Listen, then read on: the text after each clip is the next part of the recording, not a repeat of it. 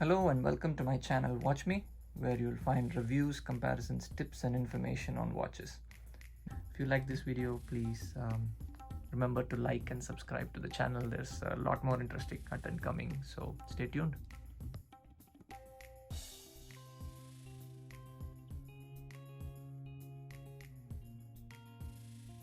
Understand the finer details of a luxury watch. Let's take a Breitling Colt as an example. The details are apparent only when you look closer, and this is true of most of the industry, where you want to train yourself to have an eye for where the detail and where the attention and time is spent and how these brands differentiate from one another.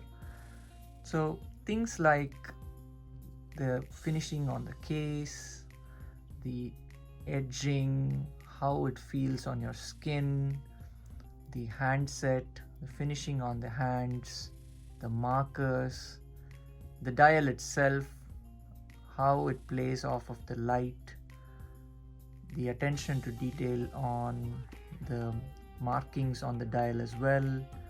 All of these are things where you would be able to pick out finer nuances and details as you start paying attention to them. Focus on the specs that matter versus the ones that don't really matter as much. Let me ask you a simple question. Does it matter if a dive watch is 100-meter water resistant versus 300-meter water resistant if you're going to wear it to your desk job every day? Absolutely not. But does it matter if the case is 40 millimeters wide and the thickness on the case is 16 millimeters, for example? Yes, it probably does matter, because it's going to wear very differently from a case that is 40 millimeters and 12 millimeters thick.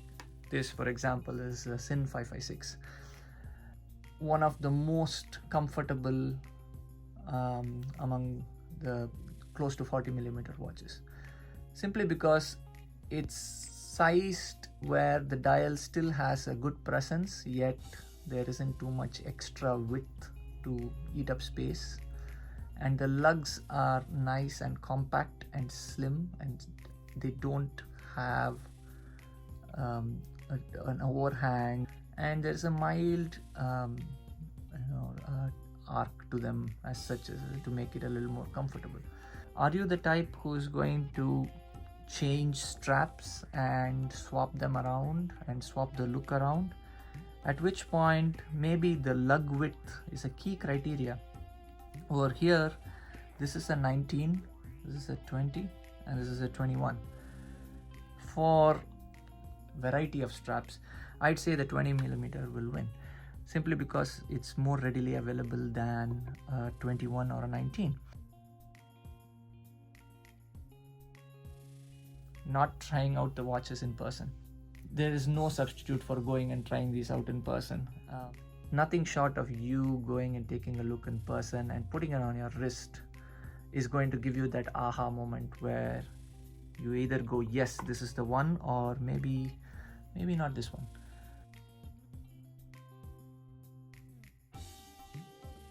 Authorized dealers will gladly show you watches to try out and would want to form and create a relationship.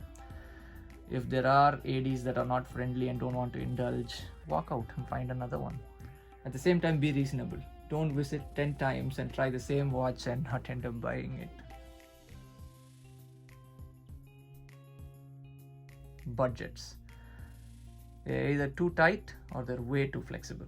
I had a friend of mine who said, when I suggested him a $1,200 watch, he said, no, my budget is $1,000.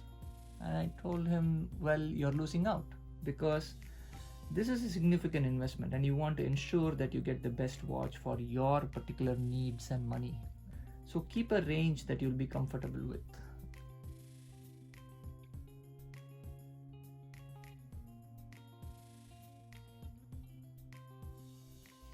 Getting too fixated on brands, be it for or against.